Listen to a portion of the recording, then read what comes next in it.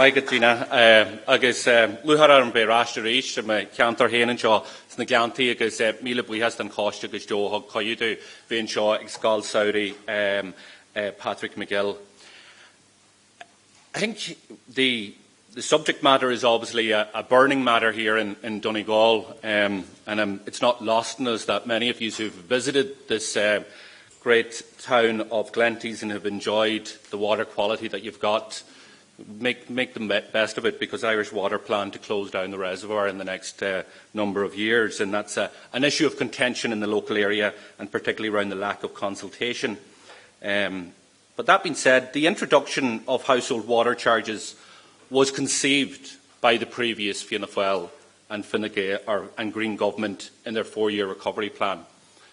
Barry, who mentioned earlier on, is correct, completely correct, to say that they didn't at that time say that the establishment of Irish Water should happen. Instead, in the 4-year recovery plan in November 2010, they said that they would start charging people for domestic water charges in 2014. But that only lasted a number of weeks. When the Troika came to town, this position was formalised in the disastrous policy with the EU, IMF and the ECB as part of the financial bailout in December 2010. And what the Fianna Fáil Green Party government committed to at that time was that in the Q4 2011 review by the Troika at that time, it said the government will have undertaken an independent assessment of the transfer of responsibility for water service provision from local authorities to a water utility and prepare proposals for implementation as appropriate, with a view to start charging in 2012 and 2013. So there was no single utility in the 4-year recovery plan, but 2 weeks later there was, and the charging was to start 2 years earlier. At the time that they got the best deal possible from the Troika, I strongly disagree. We know that the Labour Party at that time anyway also disagreed that it was the best deal possible, and they went on to fight the 2011 general election, seeking a mandate to renegotiate the bailout programme. We know now that the Labour Party acquiesced as a result, and relentlessly forcing ordinary working class citizens and families right across the state who cannot afford to pay another stealth tax to just do that. It is shameful, and I believe it is totally unnecessary. The Irish citizens who placed their faith and trust in both Eamon Gilmore and Joan Burton in 2011 to defend them, to defend their families and communities the length and breadth of the state, have been trampled over and have been disregarded. They have rammed through yet another stealth tax on the people in order to repay a banking debt that is not theirs. But people are resisting, as we see from the huge numbers who have refused to pay, and I am glad to count myself as one of those. To those that have paid and those who have refused to pay, Sinn Féin's message is clear. If in government, Sinn Féin will abolish household water charges. To those that have refused to pay or are considering not paying, my commitment to you is if Sinn Féin forms part of the next government, we will not pursue any citizen or household who has not paid. We will repeal the draconian legislation forced through the Oireachtas by the Fine Gael and Labour majority and put this saga into the dustbin of history where it belongs. And let me assure you all that unlike these other parties, we will not make promises that we will not keep. I believe that the political choices, and I understand how difficult that is to believe given the history of political statements before election, but I believe that political choices a government makes are defined by its view of society, its ambition, its ideological anchor, and the interests that it seeks to represent. We need a left Republican government with core values which reflect Irish society. And Sinn Féin is deeply committed to the core values of peace, of social equality, of economic prosperity and Irish unity. And these are the key planks where we are concentrating our efforts and attention. We need to rebuild the economy on the basis of a progressive and fair and sustainable social and economic model. It does not exist currently. It doesn't exist under this Fine Gael and Labour government. Their approach has been to inflict a policy of failed austerity economics at a huge cost to society and the social fabric of Ireland. Next year, as we honour those who fought in the cause of Irish freedom during the Easter 1916 Rising, and reflect on the vision set out in the proclamation, we must wake up to the fact that Ireland is now at a crossroads. We are at a critical juncture on how we decide the future society and the type of Ireland we want to fight now and next year, 100 years later in 2016. This means new economic thinking, new ideas, and an honest and coherent political approach, a real break from the past, from the same old that we are getting now. It means organised political leadership to take us forward with a plan to confront the challenges and solve the problems as a new democratic government. And I believe that leadership can be found in Sinn Féin. Providing reliable, high-quality public services and infrastructure, including water and sewerage services, which are economically sustainable, is a major challenge which needs to be addressed. However, we must get it right and not simply just get it done. Sinn Féin has first-hand experience and a strong record of delivering exactly this in the North. In May 2007, when the power-sharing institutions at Stormont were restored, Sinn Féin committed to reverse the plans of the British direct rule ministers to introduce household water charges because taxpayers were already paying for these services, as we are here in this state through general taxation. Sinn Féin also ruled out the future privatisation of these critical public services by ensuring that the executive, under the Department for Regional Development, remained the sole shareholder of the newly established utility company NI Water. This was a firm pre-election commitment that we gave the people, and we delivered it. Today, according to the utility regulator in the North, households save an average of €490 annually as a result of our decision. At the same time, between 2007 and 2011, over €1 billion sterling was invested under Sinn Féin in a major upgrade in the North's water and sewerage infrastructure, benefiting almost 1 million households and businesses, and this has improved the drinking water quality, protected the environment and supported the local economy. The Fine Gael and Labour government, just as the Fianna Fáil government, knows what was achieved in the North under Sinn Féin. However, despite seeing how our approach worked to deliver efficient water and sewerage services, Fine Gael, Labour and Fianna Fáil have chosen to ignore it and impose an unfair household water charge on families in this state through what has become a toxic utility in the form of Irish water. So how would Sinn Féin do it differently? It is our position that the purpose of a public water company should be to provide clean and plentiful water supplies to businesses and to households, along with other services such as waste removal, protection against flooding and other important functions. Our water and sewerage system affects the daily operations of businesses, of public services and the well-being of households, so it is imperative that this key public asset is organised as efficiently and productively as possible, since it is central to a modern economy. This government has already mentioned, as I've already mentioned, have taken the approach to simply place the burden on working families by imposing a policy of relentless austerity, cutting services and investment.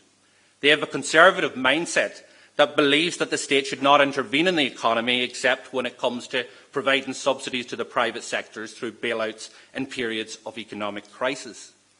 Therefore, in line with the Troika and the bailout programme agreed in 2010, when household water charges were made concrete, theirs is a completely one-sided view of public utilities. Where there are both revenues and outlays, they only see the later. They only see liabilities, not assets. They only see gross debt, not economic function. Inevitably, this narrow, limited economic thinking leads to blunders, which they then seek to address by loading more costs or charges onto hard-pressed citizens and households. The progressive alternative that I am advocating is to see public water services as a vital part of a modern economy, with large potential benefits from investment and in running efficient services. The services properly belong in the public sector, as a highly regulated public services accountable to the Oireachtas and therefore to the citizens, not half in and not half out. Our water services suffer from long-term underinvestment, as we have already heard. This is responsible for the extremely poor quality of water to many households and its unreliability, as well as repeated failures to invest in flood prevention, which has led to a number of damaging and costly crises. Like much else, the chaos of Irish water relates to a sustained period of underinvestment, with very poor infrastructure spending largely confined to the cities and insufficient investment since, including the North West and in particularly here in my own county of Donegal. There was a period through the various national development plans of the 1990s and beyond where large-scale investment in water services did occur, with notable improvement in services and quality through modernisation. However, this has stagnated under the current government's austerity policy, which has targeted public investment in key services for cuts. In the event, the proposed capital expenditure plan for 2014 to 2016 for Irish Water is €1.77 billion. The borrowing component of this is guaranteed by the state, and it is very difficult to see how this could be otherwise, given the state of Irish Water's finances and uncertainty surrounding its funding model. In terms of future funding, there is no prospect whatsoever of a company like Irish Water being able to borrow at interest rates below those of the government. It would only be able to lower its interest rates somewhat towards government levels through the operation of a state guarantee, either implicit or explicit, which would itself impact on the cost of borrowings. The state cannot avoid these costs in one way or another. Similar considerations apply to the ownership structure of Irish Water. Just as private borrowing would be more expensive and inefficient than government borrowing, so too would a model based on a private equity ownership in whole or in part. That would require the payment of dividends to shareholders, which would be a loss to the Exchequer, from the assets created by the public sector. Those dividends would have to be in line with market rates, and in order to fund either private debt interest levels or private shareholder payments, charges to businesses and households would have to increase further, or the subsidy from the public sector would have to increase to fund it. In order to achieve efficiency in investment and lower costs, the provision of water services should remain entirely in public sector hands. The public impact of public investment is sometimes gone amiss in this debate, and it is important to understand and realise that investment creates its own investment. If we take the €1.77 billion sum as a baseline for investment on a rolling basis, we can assess the impact of this investment in water services. An investment of that sum of €1.77 billion will yield increased output in the rest of the economy of €2.6 billion. In addition, it will yield €600 million in increased employee compensation or wages and €200 million in additional taxes on production. Each of these will also directly or indirectly impact on government finances. But the government has been desperate to keep Irish Water off balance sheet, as this will impact the metrics used under the excessive deficit procedure and the medium-term budgetary objectives under the Stability and Growth Pact. But this is proving difficult under the 50% revenue rules, where more than half of the operating costs of Irish Water must be met by commercial revenues. Such is the mess the government has produced. It has also now created an entity whose ability to borrow at all, even expensively, is severely compromised because of the reliance on the capped household charge. The government has effectively folded Irish Water into Arvia in the hope of disguising this problem and the related problem of now useless meters and other issues. The government used its usual scare tactics against those of us who advocate abolishing water charges. They said it would leave an €800 million hole in our budget and that deficit targets laid down by the EU could not be reached if that were done. However, their bluff has been called. As a result of Eurostat not yet ruling on whether Irish Water should be on book or off book, we have in April of this year the government's own stability programme update, including Irish Water as being on book. That is the current situation. And even with Irish Water on book, Minister Noonan said the government had between €1.2 and €1.5 billion of fiscal space and will still meet all of their deficit targets. So what does that mean? It means that the only cost to scrapping household water charges is the €271 million or thereabouts expected in domestic water charges. But that isn't the end of the story, because there would be savings to offset this cost. The €130 million earmarked for the so-called water conservation grant would be redundant. Likewise, the €6 million administration cost of this grant would be saved. Much of the approximately €20 million in billing costs associated with Irish Water would also be saved too. So now we see how the abolition of water charges is more than affordable, well below €130 million, and this is based on full payment by households, which is not happening and will not happen. As payment levels stutter at below 50%, it is conceivable that even in simple budgetary terms, abolishing water charges is the most prudent option for the government. As has been mentioned, it may lose the state money.